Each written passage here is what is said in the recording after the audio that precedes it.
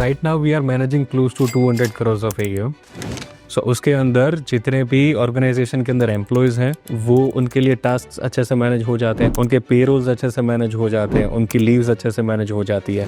So let's say आज अगर कोई उनकी अर्ली 20s में जिन्होंने रिसेंटली करियर की शुरुआत करी है, सो वो हमें ज्वाइन करेंगे फॉर वेल्थ क्रिएशन. सिमिलरली अगर कोई है जो उनकी 50s में है somewhere, they would want to join us for wealth preservation. But this is a very good instrument. अगर आप 10 लाख का कॉर्पोरेट आपके पास है अभी, तो आप वो 10 लाख डाल के हर महीने 7,000 रुपये निकाल सकते.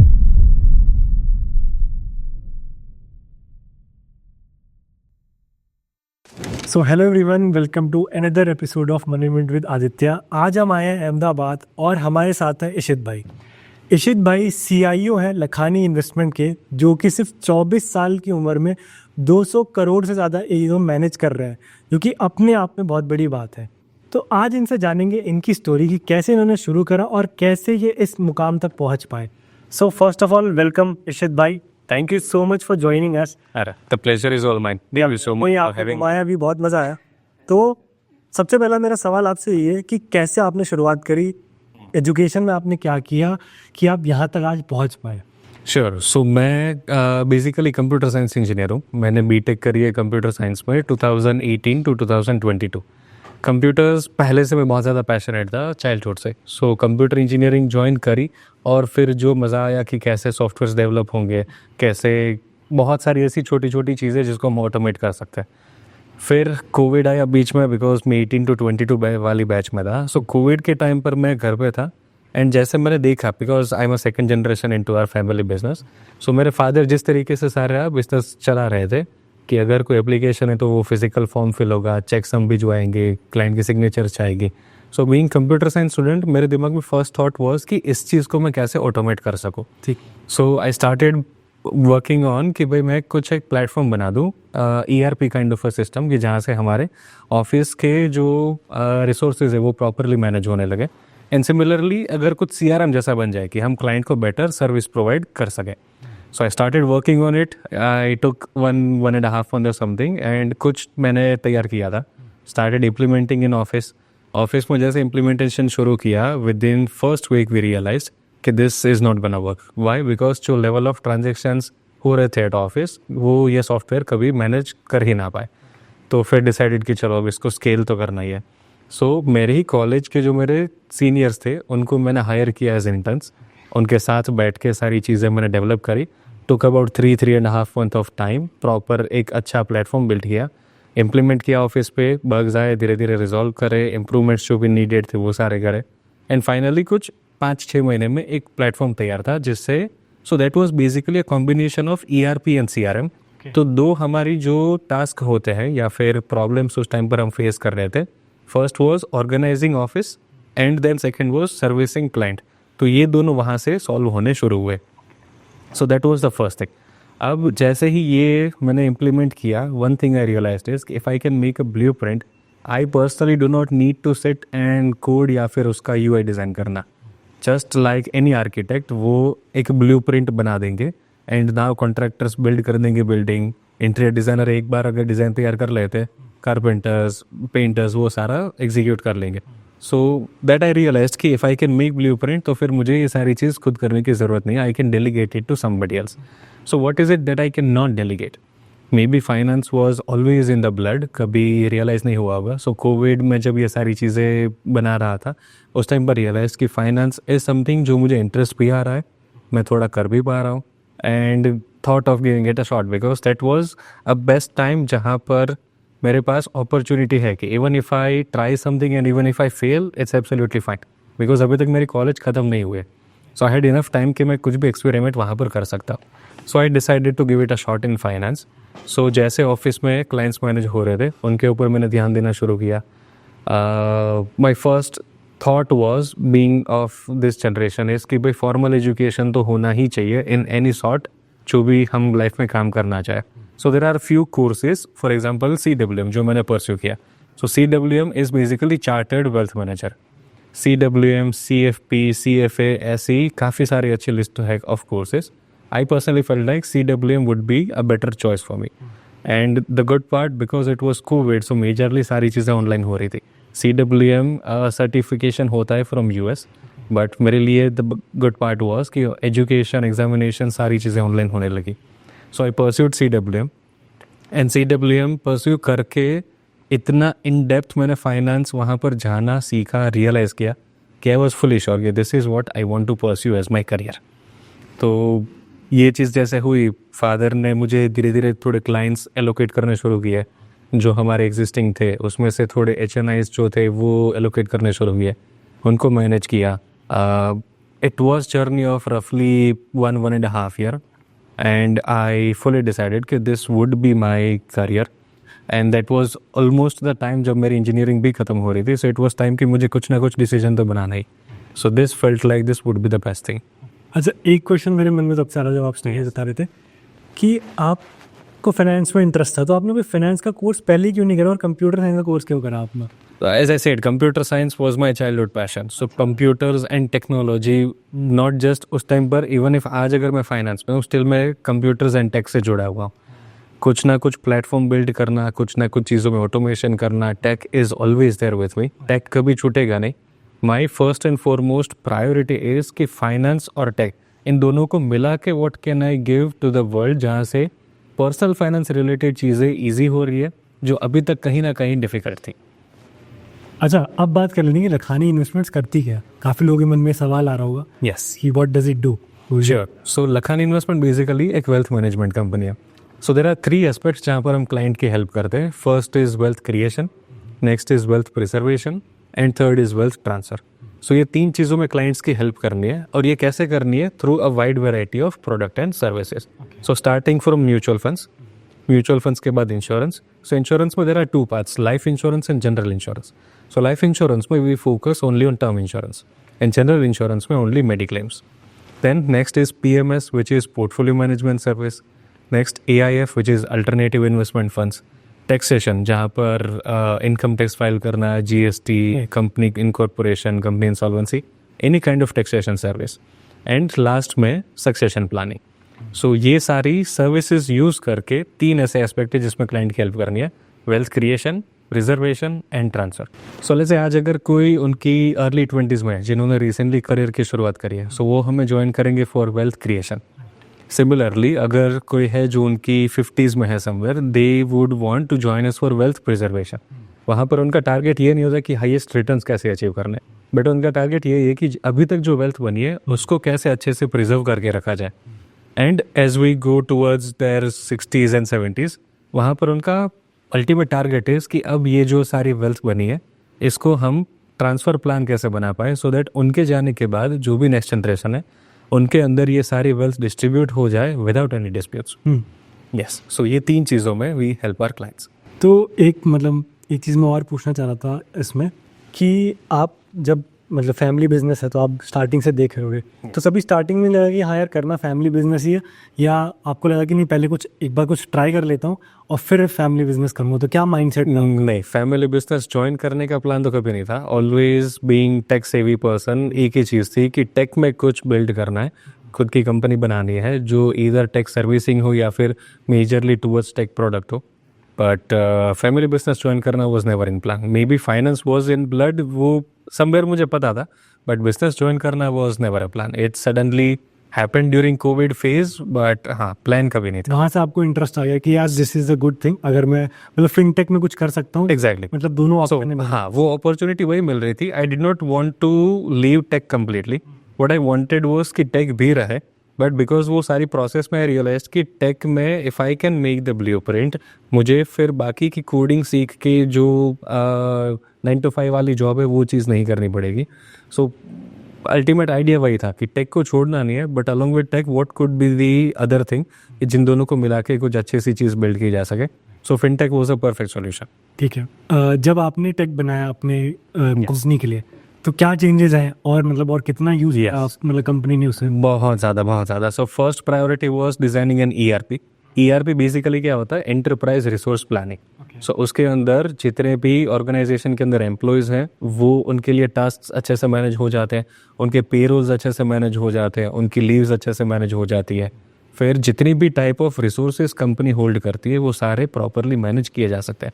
सो अगर लेट्स से अर्लियर किसी क्लाइंट को ऑनबोर्ड करने के लिए या फिर कंप्लीट प्रोसेस करने के लिए हमें 4 to 6 days का टाइम लगता था, along with this ERP we were able to do it within 2.5 days. So our time was cut short almost half. 50% reduction. So उसका अल्टीमेट रिजल्ट इज कि अगर क्लाइंट ऑनबोर्डिंग, क्लाइंट सर्विसिंग अच्छी से हो रही है और शॉर्टर टाइम में हो रही है, so we can acquire more clients with the same capacity हमारी सेम है बट एक्विजिशन हमारा ज़्यादा होने लगा. Yes, so that first part was sorted. Second was building a CRM. So CRM में in house as well as something for our client, because हमारे clients के पास टू मॉनिटर, टू ट्रांजेक्ट कोई platform या कोई चीज़ नहीं थी जहाँ से वो मॉनिटर कर पाए, ट्रांजेक्शन्स कर पाए उनके पोर्टफोलियो में. ओके, तो उससे पहले सब कुछ मैनुअल था. Major everything was manual. Yes, so there used to be platforms जो हम उनको प्रोवाइड करते थे बट वो इतने ज़्यादा इफेक्टिव नहीं थे.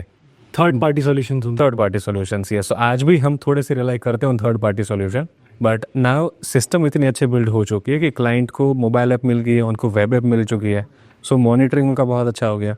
क्लाइंट खुद के गोल सेट कर सकते हैं, कितना इन्वेस्ट करना है, कब करना है, किसके नाम पे करना है, कौन से फंड्स में करना है. Majorly everything can be done from there. जब आपने ज्वाइन करा, हाँ, तो फादर का ट्रस्ट कैसे बिल्डअप हुआ? क्योंकि मुझे लगता है किसी भी बिजनेस में अगर आप जाते हो तो फैमिली सपोर्ट इम्पोर्टेंट है. वेरी. तो वो कैसे आपने मतलब बिल्ड करा? यस, तो ट्रस्ट तो डेफिनेटली सबसे बड़ा फैक्टर होता ही है.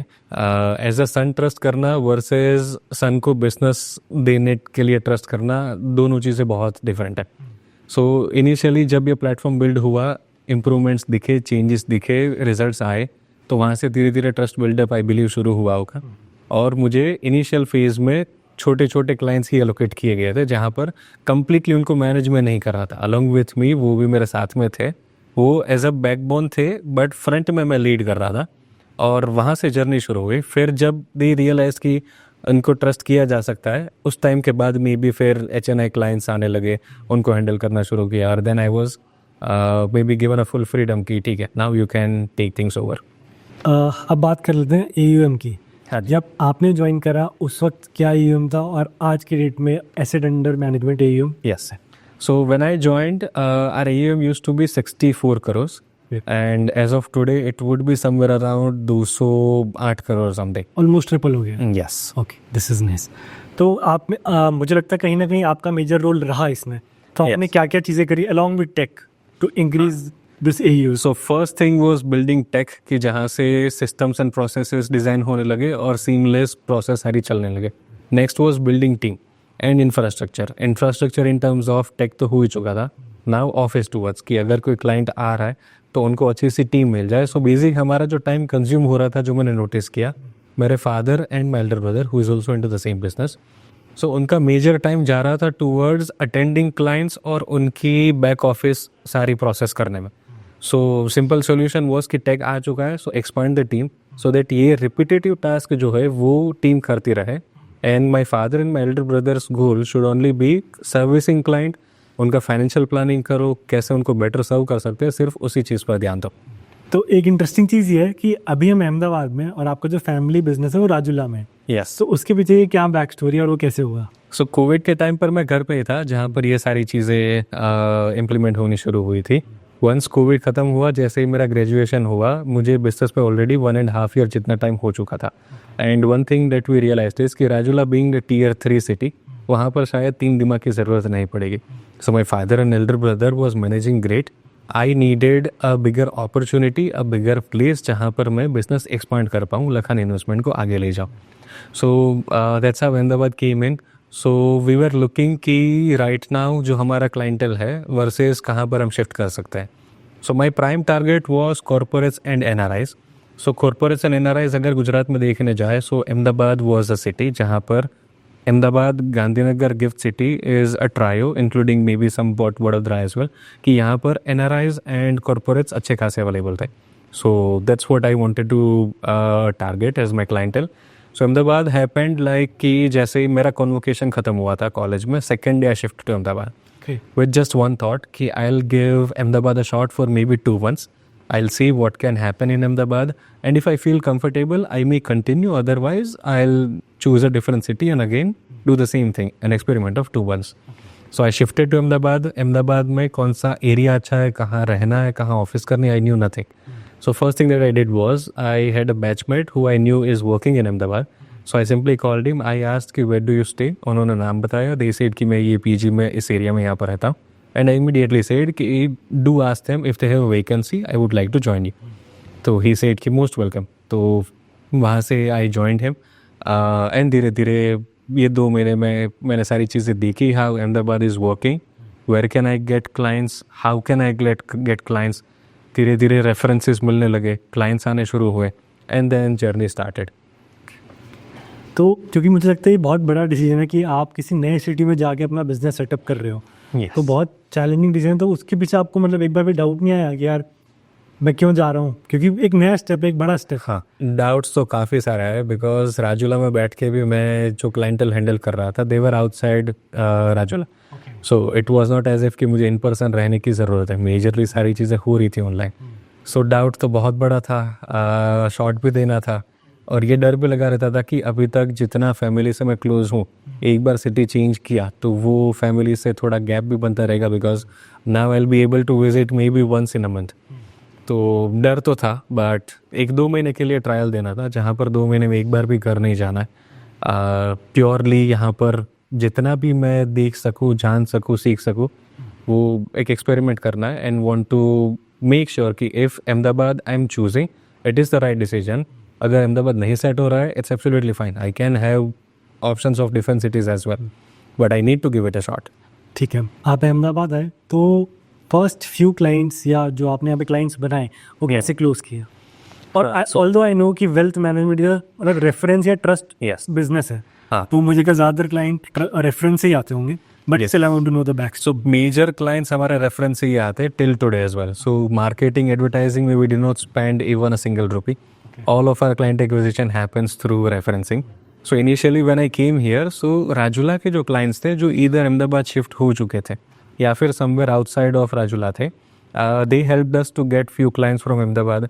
देन यहाँ पर अहमदाबाद आने के बाद मैंने क्या किया था कि I started my office in a coworking space. So coworking space में व्हेन आई स्टार्टेड, तो there were people around me, उनके साथ कॉन्टैक्ट हुआ, उनके साथ नेटवर्किंग हुआ, धीरे धीरे वहाँ से 1-2 क्लाइंट कन्वर्ट हुए। जैसे ही वो कन्वर्ट हुए, उन्होंने थोड़ा टाइम प्रोसेस, सर्विसेज, सारी चीज़ें देखी, they referred us to somebody else. So that's how the chain continued. But हाँ, everything is by reference and reference only till today. And now we feel like कि reference के अंदर इतना ज़्यादा power है कि we do not want to onboard clients without reference. Okay, क्योंकि दोनों तरफ से ट्रस्ट चाहिए देखा जाए तो, राइट? एक्चुअली जो क्लाइंट है उनको भी ट्रस्ट होना चाहिए, आपको भी क्लाइंट पे ट्रस्ट होना चाहिए। यस। तो आप अभी क्या मतलब स्टडीज़ में क्या कर रहे हो? मुझे पता चला आप IIM अहमदाबाद से कोई कोर्स कर रहे हो, तो उसके बारे में जानना चाहता हूँ मैं। Yes, sure. So right now मैं परस्यू कर रहा हूँ advanced business analytics from IIM Ahmedabad. So this is basically an executive programme. So जैसे आई सेड कि क्लाइंट्स के लिए हम wealth creation, preservation and transfer, तीनों चीज़ों में a wide range of product and services offer करते हैं। देयर वाज अ सर्विस जो काफ़ी टाइम से मेरे दिमाग में थी, पर वो कैसे मैं कर पाऊँ, वो थोड़े डाउट्स आ रहे थे, which was mergers and acquisitions. So there are lot of clients of mine जहाँ पर मैं उनकी वेल्थ मैनेज करता हूँ, एंड मर्जर्स एक्विजिशंस होते हुए मैंने देखे, एंड उसके अंदर इंटरेस्ट मुझे बहुत अच्छा खासा आ गया। So the question mark was कि how can I also get into mergers and acquisitions. So mergers acquisitions के लिए फर्स्ट चीज़ होगी to be able to analyse the business. So I myself have been an angel investor in two few startups, I also mentor few startups. तो वहाँ पर business analyse करना was a part, but how can I get a degree or a professional certification or a course, a formal education in something जहाँ पर मैं properly सारी चीज़ें सीख पाऊँ। IIM Ahmedabad was offering this opportunity, so I was like, if I can get education from such prestigious university, why not? So I started my program of business analytics in IIM Ahmedabad. And right now I'm almost on the verge of completing. So maybe by end of November I will become advanced business analyst from IIM Ahmedabad. तो आप continuous learning में believe करते हो? क्योंकि मैं देख रहा हूँ कि आपने जब आपको इस फील्ड में आना तो आपने एक फाइनेंस का कोर्स करा। Yes. अभी आप एनालिटिक्स का कोर्स कर रहे हो क्योंकि आपको मर्जर एक्विजिशन में जाना है। Yes. तो कंटिन्यूस साइकिल है, अगर आपको कुछ भी अचीव करना है उसके लिए आपको अपने आप को अपस्किल और लर्न न्यू चीज़ें करते रहना पड़ेगा। So I personally believe in that कि एजुकेशन तो छूटना ही नहीं चाहिए। So right now what my plans are कि IIM अहमदाबाद में ये समवेयर अराउंड नवंबर एंड खत्म होगा। उसके बाद I am planning for CFA। CFA is certified financial analyst.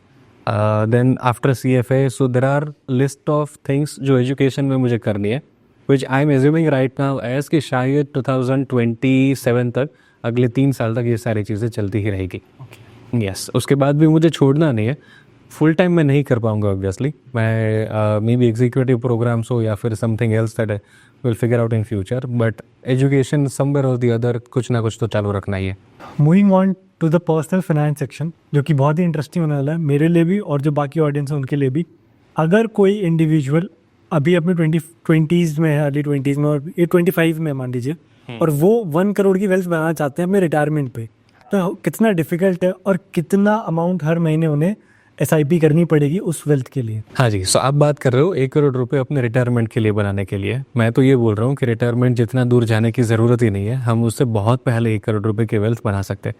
आज अगर किसी भी इंडिविजुअल को 1 करोड़ रुपए बनाने हो, उसको सिर्फ और सिर्फ 15 साल का टाइम चाहिए और 15,000 रुपये की SIP करनी है। सो एक रूल है जिसको हम बोलते हैं 15-15-15।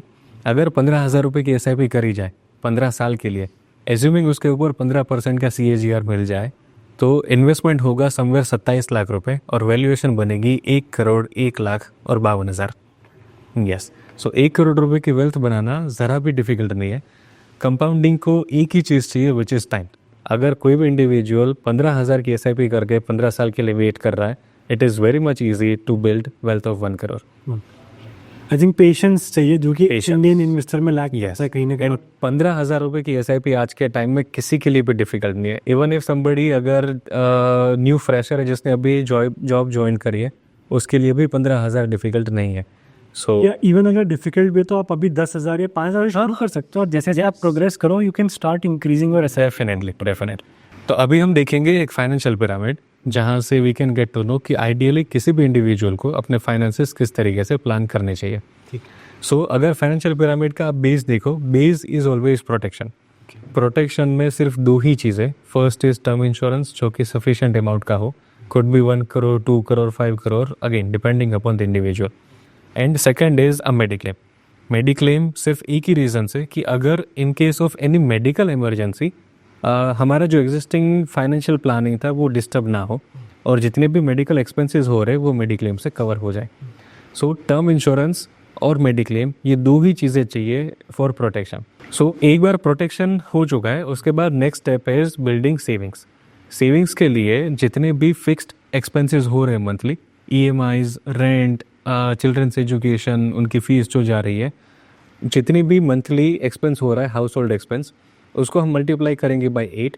सो बेसिक आइडिया इज़ कि हमारे पास इमरजेंसी फंड होना चाहिए तकरीबन 6 से 8 महीने का। ओके, यस, सो जैसे ही कोई प्रोटेक्शन एंड सेविंग्स ये दोनों चीज़ें फुलफिल कर लेता है, now that person is financially safe. So our first priority was building safety. एक बार सेफ्टी बिल्ड हो चुकी है, now we can plan on कि हमें आगे आगे कौन कौन से हमारे गोल्स हैं, उन गोल्स के मुताबिक हमें कितनी फ्यूचर वैल्यू चाहिए होगी, उसके लिए आज कितना इन्वेस्ट करना पड़ेगा, कहाँ इन्वेस्ट करना पड़ेगा, एंड लेटर ऑन वो सारी प्लानिंग्स हम कर सकते हैं। सो अगर आप टॉप ऑफ द पिरामिड देखो, so that is fulfilment of goals. That is something जहाँ पर हमारा काफ़ी बड़ा रोल प्ले होता है। वाई? बिकॉज लेट्स से अगर किसी क्लाइंट ने कोई पर्टिकुलर गोल के लिए प्लानिंग करी है फाइनेंसिस, और एक एग्जांपल लेते हैं कि अगर उन्होंने अपने बच्चों के एजुकेशन के लिए प्लानिंग करी थी, दे वांटेड कि भाई जब उनकी कॉलेज शुरू हो तो 50 लाख रुपए का कॉर्पस उनके पास होना चाहिए। ठीक है, बच्चों की कॉलेज शुरू होने वाली है, 50 लाख का कॉर्पस भी बिल्ड हो चुका है, but that does not mean कि 50 लाख हम रिडेम्पशन करके पूरी की पूरी उनकी एजुकेशन में वो यूज़ हो जाएगा। सो अगर उनकी एजुकेशन में कॉलेज को फर्स्ट ईयर की फ़ी चाहिए, सो आपके इन्वेस्टमेंट में से उतने ही पैसे निकलने चाहिए कि उनकी फर्स्ट ईयर की फ़ी कवर हो जाए। सेकेंड ईयर की फ़ी पे करनी है on the second year. So by that time जब लेट अस एज्यूम कि अगर 5 लाख रुपए कॉलेज फीस है, 50 लाख रुपए में से 5 लाख रुपए फर्स्ट ईयर की फ़ी पे कर दी, your corpus would be of 45 lakhs, but that is invested. सो वो वहाँ पर CAGR जनरेट कर ही रहा है, वहाँ पर कंपाउंडिंग रिटर्न्स आपको मिल ही रहा है। सो बाय द टाइम जब नेक्स्ट ईयर आएगा, सेकेंड ईयर की कॉलेज फी पे करने का टाइम आएगा, वो उतने पैसे वापस बिल्ड हो चुके होंगे कि आप अगेन उसमें से रिडेम्पशन ले पाओगे। So that cycle keeps on continuing. The benefit is कि एजुकेशन खत्म हो जाएगी, उसके बाद भी आपके पास कॉर्पस पड़ा होगा। So this is how ideally anybody should plan their finances. Personal finance बहुत बड़ा टॉपिक है और वो इतना ज़्यादा पर्सनल है कि जो चीज़ आपके लिए सही है वो मेरे लिए सही नहीं है, एग्जैक्टली मेरे क्लाइंट के लिए सही नहीं है। सो पर्सनल फाइनेंस इतना बड़ा टॉपिक है कि वो पर्सनल डिस्कशन पर ही हो पाएगा। And for anybody and everybody उसमें कुछ ना कुछ वेरिएशंस अल्ट्रेशंस होंगी। डिपेंडिंग ऑन एज हम रिस्क फैक्टर भी डिसाइड कर सकते हैं। अगर कोई अर्ली 20s या अर्ली 30s में है, उनके लिए आज उनके इन्वेस्टिंग को कंपाउंड होने के लिए बहुत लंबा टाइम पड़ा है। सो अगर वो 100 रुपये इन्वेस्ट कर रहे हैं, out of that 100 rupee they can invest roughly 30-35 rupees into riskier schemes and it is absolutely fine. Okay, Yes. सो आप अपने क्लाइंट्स के लिए फाइनेंशियल प्लानिंग कैसे करते हो और कैसे उन्हें ऑनबोर्ड करते हो, क्या क्राइटेरिया है? So without financial planning we do not onboard clients. We want कि client जब onboard हो रहा है proper financial planning हो, उसके बाद ही onboard. So मैं यहाँ पर एक आपको लाइव डेमो दिखाना चाहूँगा। मैं सिंपल एक एग्जांपल ले रहा हूँ मेरे क्लाइंट का। यहाँ पर हम क्या देख रहे हैं, we are trying to plan out retirement of a client. Let us say कि आज उनकी एज इज़ 35 और अर्लियर टाइम्स में रिटायरमेंट की एज समवेयर 60 गिनी जाती थी, but may be in our times 55 would be an ideal age to retire. So हम यहाँ पर 55 एंटर कर देते हैं into retirement age. Annual expense अगर आज की तारीख में देखने जाए, city like Ahmedabad, if a family of 4 may be every year उनको 10 लाख रुपीज़ की ज़रूरत पड़ेगी as their household expenses. Inflation India में हम समवेयर 5% पे कैलकुलेट करते हैं, so I keep 5%। Current savings obviously client के पास कुछ होगी, बट लेट मी अज्यूम कि ये हम स्क्रैच से ही डिज़ाइन कर रहे हैं, सो यहाँ पर मैं 0 एंटर कर देता हूँ। ठीक, return till retirement I can keep it as 15% CAGR and post retirement 7%। अच्छा, by the way CAGR compound annual growth rate, right? Yes, life expectancy I would always wish कि वो बहुत ज़्यादा चाहिए, बट यहाँ पर एज एन आइडियल सिनेरियो मैं 75 लेके चल रहा हूँ। ठीक है। अगर ये कैलकुलेशन हम करने जाए, सो हमें यहाँ पर क्या दिखने मिलता है कि यहाँ पर एट द एज ऑफ 55 हमें रिक्वायरमेंट होगी समवेयर 4.5 करोड़ रुपए की। ठीक है। अब हमारे पास 2 ऑप्शंस बचते हैं to build this corpus at the age of 55। अगर ये हमें 4.5 करोड़ का कॉर्पस बनाना है तो हमारे पास यहाँ पर 2 ऑप्शन है। आइदर आज की डेट में हम समवेयर 27 लाख रुपए का लमसम इन्वेस्टमेंट कर सकते हैं and we keep it growing till 55 और हमारा कॉर्पस समवेयर 4.5 करोड़ रुपए के आजू बाजू बन जाएगा। ठीक है। और the other option is we start an SIP of ₹30,000 जिससे ये कॉर्पस बिल्ड हो जाएगा।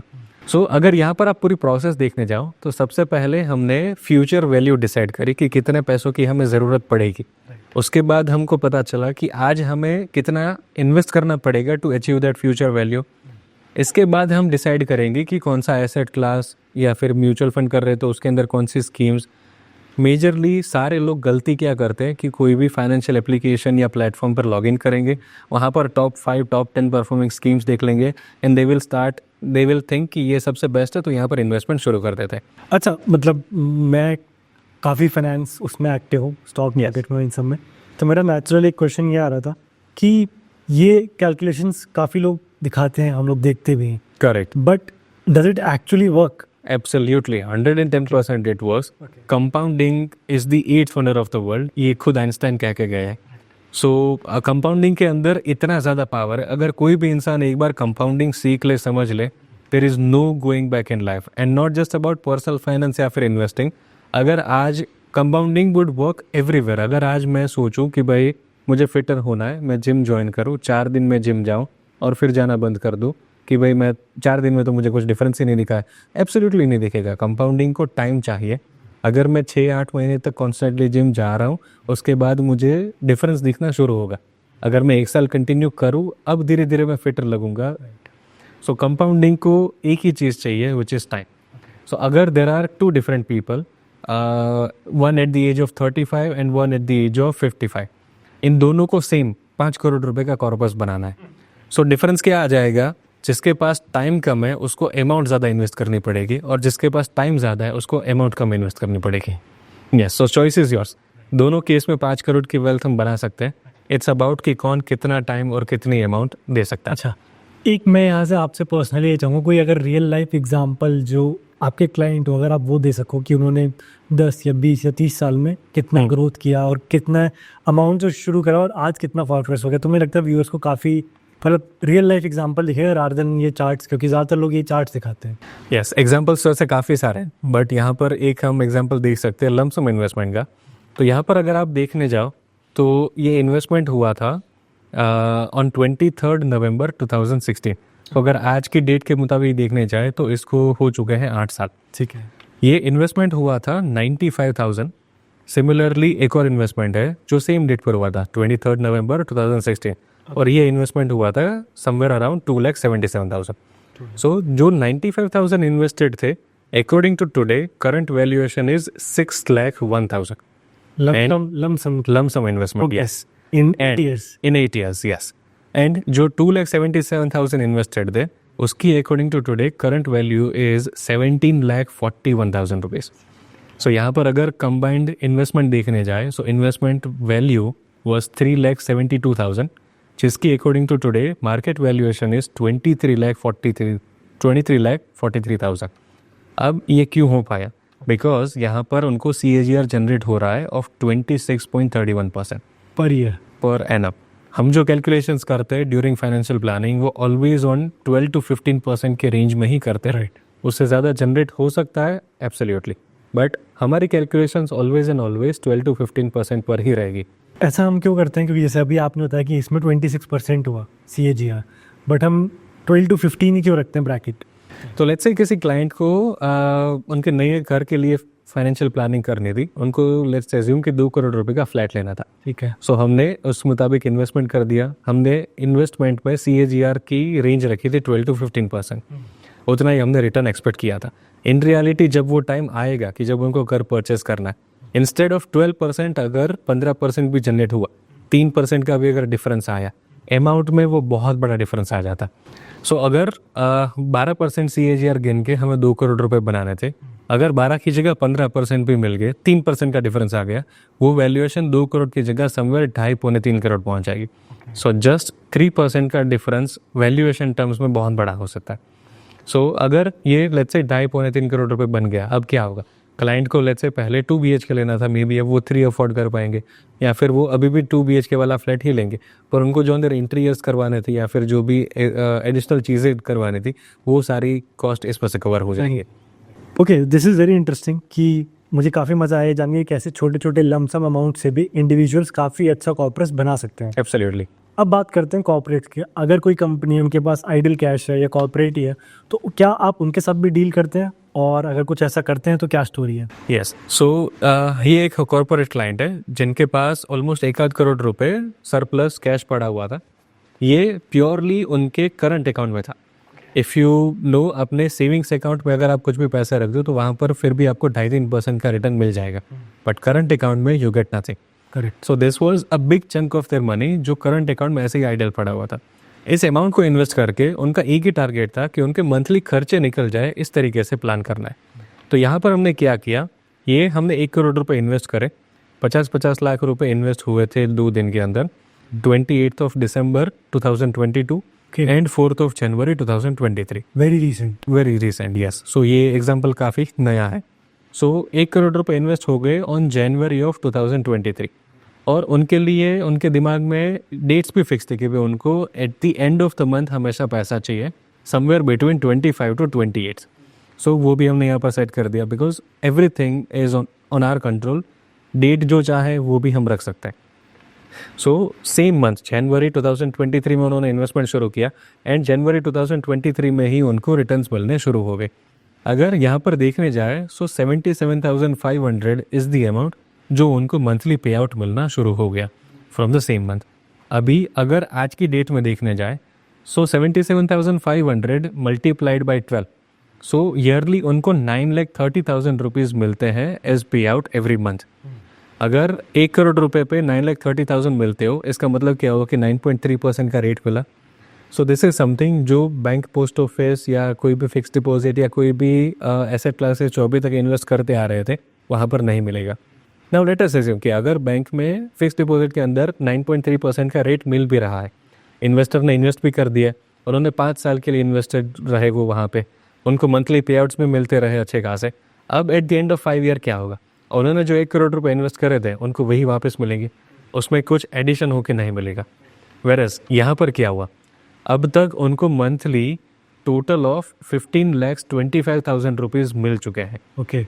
एंड उन्होंने जो 1 करोड़ रुपए इन्वेस्ट करे थे उसकी valuation as of today is 1,34 lakhs.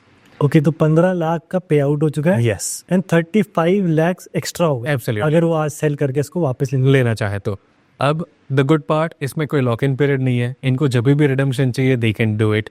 अगर आप टोटल लगाने जाओ रफली 35 लाख रुपीज़ कैपिटल अप्रिसिएशन और 15 लाख रुपए जो उनको मिल चुके हैं उनके बैंक अकाउंट में। सो इनको टोटल गेन हो चुका है रफली 50 लाख रुपए। और कितने टाइम स्पेन में इन्वेस्टमेंट हुआ था? रफली जनवरी 2023 में। आज हम अक्टूबर 24 में बैठे।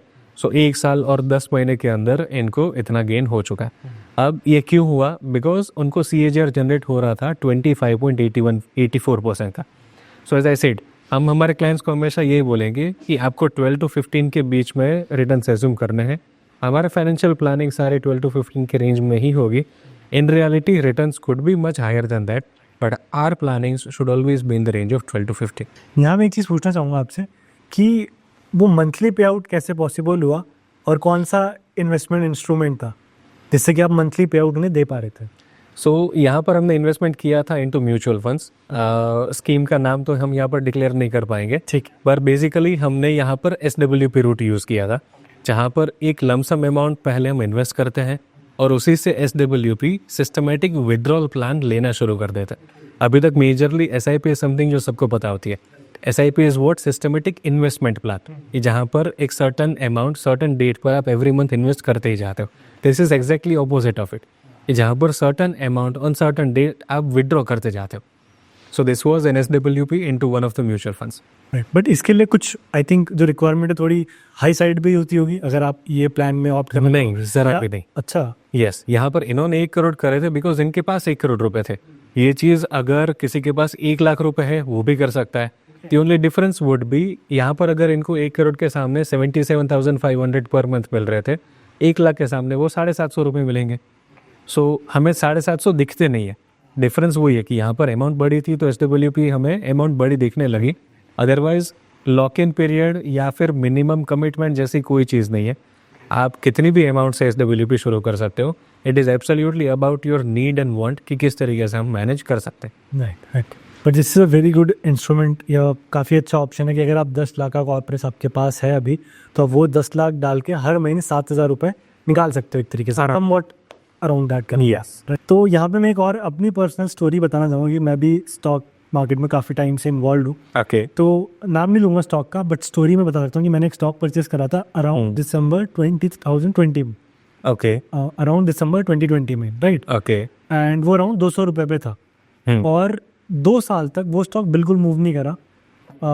दिसंबर 2020 में अराउंड 50 रुपीज़ 60 रुपीज़ बढ़ा हो, तो 200 से 250 ही रहा और उस टाइम में मार्केट बहुत अप्रिशिएट करी अगर आप देखो तो। पर ठीक है, मेरा जो कन्विक्शन था वो स्टॉक पे था। Yes, I didn't sell off my positions. और मैं लॉन्ग टर्म इन्वेस्टमेंट तो मैं जब भी करता हूँ तो 5 से 10 साल के पीरियड के लिए करता हूँ। बट अब हुआ क्या कि वो दिसंबर 2020 से अभी 2 सालों में 250 से अराउंड 1500 रुपीज़ चला गया। तो अगर मैं उसको उस वक्त सेल कर देता तो जो ये पूरा अप्रिसिएशन या कंपाउंडिंग थी मैं मिस कर देता। एब्सोल्युटली। तो यहाँ पे व्यूअर्स को मैं ये बताना चाह रहा हूँ कि अगर आप लॉन्ग टर्म इन्वेस्ट कर रहे हो तो कंपाउंडिंग प्ले होने के लिए it will take some time. Definitely. और कई बार होता है कि मार्केट अच्छा परफॉर्म करती है बट आपका स्टॉक नहीं परफॉर्म कर रहा because of some reasons. Yes, right. But अगर आप लॉन्ग इनफ होल्ड करो, as long as the company is doing good, उनके रेवेन्यू नंबर अच्छे हैं, क्योंकि उसमें भी काफ़ी सारी चीज़ें जो कि इस वीडियो में मैं कवर नहीं कर सकता ऑब्वियसली। बट हाँ, अगर अच्छा स्टॉक है, अंडरलाइंग बिजनेस अच्छा है, मैनेजमेंट अच्छी है और वो परफॉर्म नहीं कर रहा तो इट्स फाइन, आप उसमें बने रहो और eventually it will take off और आपको अच्छा पैसा कमा सकते हो। तो कहने का मतलब ये कि आपको पेशेंस तो चाहिए मार्केट में एनी डे। राइट। सो आपके फ्यूचर गोल्स या आपके प्लान क्या है? मतलब where do you want to take this company, या कोई नंबर है, कोई गोल है? Yes, sure. So right now we are managing close to 200 crores of AUM. By 2030, my target is to reach at 1000 crores. Okay. And एक बार 1000 करोड़ के पहुंच गए, उसके बाद 10,000 करोड़ जाना would be the next goal, जो अगले 10 साल 2040 तक अचीव हो जाएगा। So very similar, जैसे YouTube में अगर it's difficult to reach first million subscribers, उसके बाद first million to 10th million journey काफ़ी स्मूथ हो जाती है। वेरी सिमिलरली 2030 तक 1000 करोड़ पहुंचना वुड बी डिफिकल्ट, फिर 1000 से 10,000 would be pretty much easy. Okay, मतलब मॉडेस्ट हो रहे हो आप यहाँ पे, क्योंकि 100-200 करोड़ पहुँचना भी बहुत डिफिकल्ट है ना? तो आपने जो स्टार्टिंग मतलब 10 करोड़ या मुझे लगता है पहले 100 करोड़ कर लिए, वो डिफिकल्ट वो था। काफ़ी अब डिफिकल्ट। ये 100 से 1000 विल बी मच ईजियर। अच्छा, moving on to personal section, जिसमें हम आपको जानना चाहेंगे कि आपको क्या पसंद है, आप क्या करते हो, राइट? आपके क्या इन्वेस्टमेंट्स है, आपके क्या प्लान है, तो let's move on to that round. तो सबसे पहला क्वेश्चन ही यही है, क्योंकि मैं स्टडी कर चुका हूँ, मैंने इंस्टाग्राम पे बहुत फोटोज देखे आपके, तो ट्रैवलिंग इतनी क्यों पसंद है? ट्रैवलिंग समहाउ बचपन से शौक था थोड़ा बहुत, एंड कॉलेज लाइफ में मेरे को बहुत अच्छी अपॉर्चुनिटी मिली थी। सो कॉलेज टाइम में जैसे ही मैंने शुरुआत करा अपना बीटेक कंप्यूटर साइंस इंजीनियरिंग, मुझे एक अपॉर्चुनिटी मिली to be a part of student exchange programme in Europe. So वहाँ पर मुझे, because my academics were good, I was offered 100% scholarship in my tuition fees. So मेरे सिर्फ रहने और खाने पीने के खर्चे थे। And because it was Europe, जहाँ पर एक वीज़ा पर आप एक साथ 26-29 कंट्रीज ट्रैवल कर सकते हो, मेरा मोटिव ही वही बन गया था कि मुझे यूरोप जाना है as a student exchange programme, just to travel. Okay, so I went to Poland as a student exchange programme. वहाँ पर मैं 2 सेमेस्टर्स 1 साल स्पेंड करने वाला था। राइट। मैं गया था ऑन अक्टूबर ऑफ 2019। सो अक्टूबर 19 में मेरा फर्स्ट सेमेस्टर शुरू हुआ, 6 महीने गुजरे, मैंने ऑलमोस्ट 3 कंट्रीज ट्रैवल कर ली थी। और माई नेक्स्ट ट्रैवल, मेरी एग्ज़ाम्स आ रही थी इन फेब। सो एग्ज़ाम्स जैसे ख़त्म हो उसके बाद I was suppose to travel 4 more countries, because मैं वहाँ पर एक क्रूज़ ले रहा था। So that cruise would cover 4 countries in span of maybe 12-13 days. So that was the plan. But before my cruise starts, exactly a week ago, COVID lockdown वहाँ पर शुरू हो गया. So maybe I was saved, but traveling वहाँ से extensively शुरू हुआ. So post COVID जैसे ही सारी चीज़ें नॉर्मल होने लगी थी, I went to Dubai Expo. मैं दुबई एक्सपो में ऑलमोस्ट मैंने 1 महीने से ज़्यादा स्पेंड किया था। सिमिलरली जब जब अपॉर्चुनिटीज़ मिली है, ट्रैवल मैंने कभी मिस आउट नहीं किया है। एंड आई डू ट्राई कि एवरी ईयर एटलीस्ट 2 से 3 नई कंट्रीज़ में ट्रैवल कर पाऊँ। एंड ट्रैवलिंग के अलावा कोई आपके इंटरेस्ट हो या कुछ और हो जो apart from travelling, driving is a big hobby और एन इंटरेस्ट ऑफ माइंड। के? सो अभी तक मैंने प्रोफेशनली या फिर रेसिंग उस चीज़ों की तरफ नहीं गया हूँ, but it's there in my mind. As soon as my IIM studies gets completed और बाकी थोड़ी रिस्पॉन्सिबिलिटी से मैं जैसे ही थोड़ा फ्री होता हूँ, I would definitely want to get in. As well as my passion is, मैं पैशन तो नहीं बोलूँगा, बट मेरा शौक़ बहुत बड़ा है कि मुझे पायलट बनना था बचपन में। पायलट से जर्नी कन्वर्ट हो गई इनटू कंप्यूटर साइंस। सो आज भी समवेयर वो पायलट वाली चीज़ कहीं ना कहीं अंदर तो है। So recently, I am an investor into an aviation company, Okay. who is ज़्यादा तो बात नहीं कर पाएंगे publicly, but is into training pilots and giving aircrafts on rent, Okay. जिनको पर्सनल पायलट बनना है ऑन आर्ली बेसिस। सो 2025 के लिए माई टारगेट इज़ कि मैं certain number of flying hours जो होते हैं वो कंप्लीट करूँ and private pilot licence achieve कर लूँ। Yes, nice to know that आप मतलब इतनी मल्टीपल चीज़ें कर रहे हो। ठीक है, अभी हमने कंपनी के इन्वेस्टमेंट्स के बारे में जाना, आपके पर्सनल इन्वेस्टमेंट्स कहाँ हैं, क्या क्या किया है? जैसे आपने स्टार्टअप्स में बताया, तो कुछ उसके बारे में बताइए, या और आपने कहाँ इन्वेस्ट किया है उसके बारे में कुछ। Sure. So majority of my investments are into mutual funds only. मैं डायरेक्ट इक्विटी में इन्वेस्ट ज़्यादा नहीं करता हूँ। अनलेस एंड अनटिल बहुत अच्छी अपॉर्चुनिटी ना मिल जाए, डायरेक्ट इक्विटी में प्रेफर नहीं करता हूँ। Mutual funds are the best way to invest via SIP mode only. So एक बड़ी अच्छी खासी अमाउंट है जो SIP में एवरी मंथ जाती रहती है। ठीक है। एक कॉर्पस अच्छा खासा बिल्ड हो चुका है। Apart from that, startup investing I do, but only and only when जब वहाँ पर कोई यूनिक अपॉर्चुनिटी, यूनिक टेक्नोलॉजी या फिर something innovation kind of cheese build हो रही हो। मैं वैल्यूएशन गेम में नहीं भागता हूँ कि आज ये इतनी वैल्यूएशन है, यहाँ पहुँच सकती है, I can get in, I take exit on this time. जितने भी मैंने स्टार्टअप में अभी तक इन्वेस्ट किया है with one sole purpose, I do not care अगर ये पैसा चला भी जाता है। I just want to be part of that idea, that thought process. In future अगर कुछ बड़ा हो गया, it would be great, if not I won't mind. Okay, I think investments होने ही ऐसे चाहिए। Yes, absolutely. Good to know. Any books which would like to recommend audience जिसने आपकी ज़िंदगी चेंज करी हो या आपको एनलाइटन करा हो? Yes, definitely. So apart from books, सबसे पहले I would like to start with, अगर पर्सनल फाइनेंस या फिर इन्वेस्टिंग के लिए ज़्यादा इन्फॉर्मेशन चाहिए, I would highly recommend to read out letters of Warren Buffett. Warren Buffett ने बर्कशायर हैथवेज के इन्वेस्टर्स को लेटर्स लिखे हैं फ्रॉम 1977। सो वो जो भी 25-30 साल के लेटर्स हैं, आपको अमेजोन पर बुक भी मिल जाएगी, अगर बुक नहीं मिलती है, will provide link in the description जहाँ पर उनकी वेबसाइट से individual letters can be downloaded. So first I would say अगर इन्वेस्टमेंट के लिए आपको कुछ रीड करना है, that should be the first thing that you start with. Rich dad poor dad, psychology of money is again something जो personal finance और investing आपको सीखना और समझना है. सो आर गुड. अगर बिजनेस एक्सपांशन या फिर प्रोसेसेस कैसे डिज़ाइन करनी है, डिफाइन करनी है, उनमें अगर ज़्यादा आपको इंटरेस्ट है, so I would recommend to go with sales machine. How do you see money and what is success for you? So I see money as tool using which I can buy time, because time is everything. Time is the only thing जो आज हमारे पास limited है. Regarding success, I believe maybe अभी तक मैं भी यही believe करता था कि इतनी wealth बन जाए उसके बाद I would call myself as successful. But जैसे जैसे वो नंबर रीच होता गया, टूवर्ड्स नियर बाय में पहुंचता गया, वो डेफिनेशन धीरे धीरे चेंज होने लगी. अगर आज की मैं बात करूँ, what I term as success is wealthy, not just in terms of investing या फिर money, but also in terms of time as well as health. So a balance of all three would be success for me. ठीक है. And आपकी जो मैंने profile picture देखी वो Harvard की है, तो उसके पीछे ही क्या स्टोरी है? सो हार्वर्ड मैंने विजिट किया था February of 2024 में. And the reason was to attend a conference at Harvard. Okay. Harvard HBR नाम से conference arrange करता है every year, somewhere in January or February, mostly in February. So I applied for HBR conference, got selected, went there. It was a 3-day conference. बहुत ज़्यादा अच्छा experience था. जो networking opportunities वहाँ पर मिली थी, they were tremendous. Okay. और जो vision वहाँ से मेरा open हुआ है, it is unbelievable. ठीक है. तो हार्वर्ड एचपर के लिए रफली 50,000 participants would apply every year, out of which रफली 500 वुड गेट सिलेक्टेड. उसमें से 250 to 300 would be visiting there in person. और एक इंटरेस्टिंग चीज़ जो उन्होंने वहाँ पर करी थी वो ये 3 दिन के कॉन्फ्रेंस में उन्होंने 3rd डे पर क्या किया, they divided us in 2 groups, random groups of रफली 5 to 7 people, and they gave us a task, a challenge कि there is a company, a real company जिनको XYZ प्रॉब्लम फेस हो रही है, and now they want a solution for the same. So how can you help them? So it was a very sudden task given to all of us, and surprisingly I was winner there. So वो काफ़ी ही अच्छा proud moment था जहाँ पर along with Indian flag मैंने photo खिंचाया हुआ है. Okay. So 50,000 applications, 500 selections, 250 participants and overall what winner.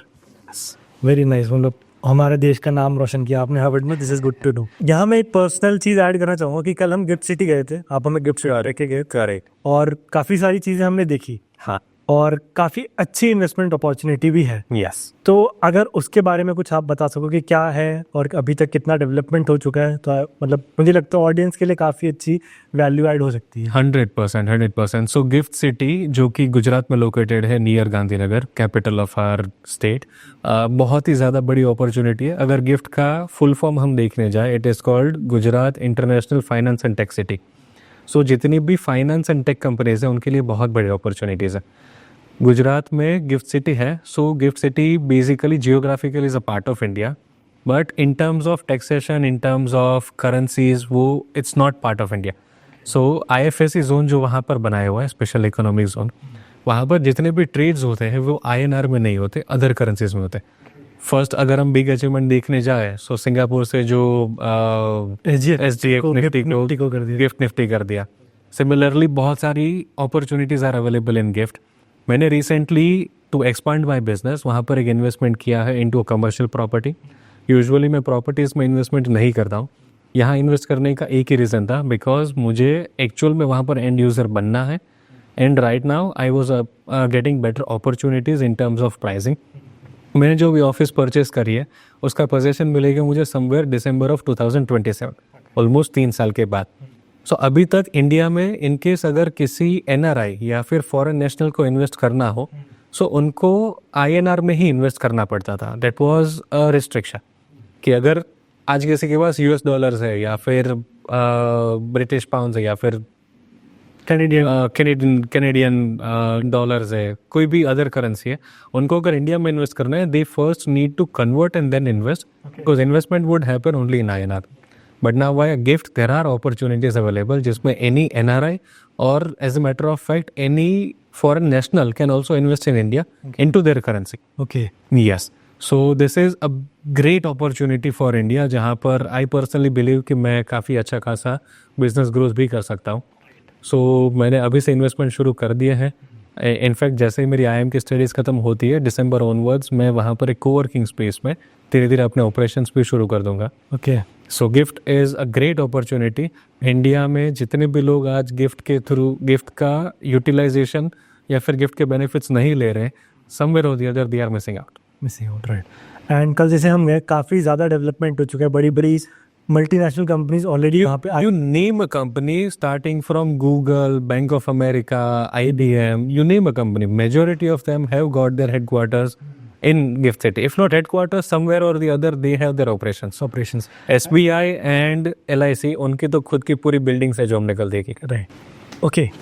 तो मज़ा आया आपके साथ कल घूम के, सारी चीज़ें समझ के, आपकी पूरी जर्नी के बारे में जानने में. और इतनी कम उम्र में आप इतना बढ़िया काम कर रहे हो तो माइंड ब्लोइंग है.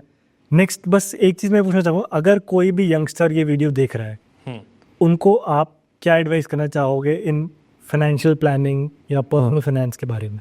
श्योर. सो इन्वेस्टिंग के लिए what I would suggest is कि सबसे पहले तो अपने गोल सेट करो, नीड्स एंड वांट्स को सेपरेट कर दो, उस बेस पे एसेट एलोकेशन कर पाएंगे. So first thing is asset allocation. Second चीज़ क्या नहीं करनी है, अपने फ्रेंड्स, अपनी फैमिली और अपने पीयर्स ने कहाँ इन्वेस्ट किया है, कितना इन्वेस्ट किया है, वो देख के हमें इन्वेस्ट नहीं करना है. हमारी नीड्स वांट्स जो हमने बनाई थी, जो हमारे गोल्स थे, हमारे प्रायोरिटीज़ थे, उस हिसाब से ही इन्वेस्टमेंट करना है. Patience is the key. Patience के बिना कुछ भी नहीं होने वाला है, लेट इट बी इन्वेस्टमेंट और रिलेशनशिप और anything. So patience is the key. आपको इन्वेस्टमेंट जो आपने प्लान बनाया उसके ऊपर डटे रहना पड़ेगा. एंड कभी भी जो भी इन्वेस्टमेंट कर रहे हो, do it via SIP mode. I am not advising और suggesting to invest into SIP, but SIP mode कि कोई भी इन्वेस्टमेंट कर रहे हो, it could be a smallest amount, but regularly investment करते रहो उसके अंदर. Thank you so much for this beautiful advice. I hope जो हमारी यंग ऑडियंस सुन रही है वो फॉलो करे और आपको कांटेक्ट करे. आप आई होप उन्हें गाइड कर सको सही नहीं दे, बिकॉज आई थिंक गाइडेंस की काफ़ी कमी है हमारे अभी मार्केट्स में. एंड ट्रेडिंग और उन सब चीज़ों को काफ़ी ज़्यादा प्रमोट किया जाता है, अगर आप कहीं भी देखा, जो मुझे नहीं सही लगता, क्योंकि उसमें सेबी की काफ़ी सारी रिपोर्ट्स आई कि 91-95% ट्रेडर है. करेक्ट. सो रिसेंट जो सेबी रिपोर्ट थी, I am not sure about the exact figure, but what they said was कि 93% of traders are not even making returns of fixed deposit. And उसमें भी ये था कि जो लूज कर रहे हैं 70%, I think, I am not sure, तो कोट मत करना मुझे यहाँ पे, but 70% make less than 5 lakh as a income, वो लूज कर रहे हैं इसमें. Absolutely. So retail investors should never do trading. They should never engage into F&O. Never ever. Right. और उसके पीछे स्टडीज हैं, तो आप Yes, सेबी की ऑफिशियल रिपोर्ट पढ़ सकते हो. ठीक है. So thank you so much Ishit भाई for doing this, for making our trip wonderful, and अपनी जर्नी हमारे साथ शेयर करने के लिए. बहुत मज़ा आया. So thank you so much for doing this.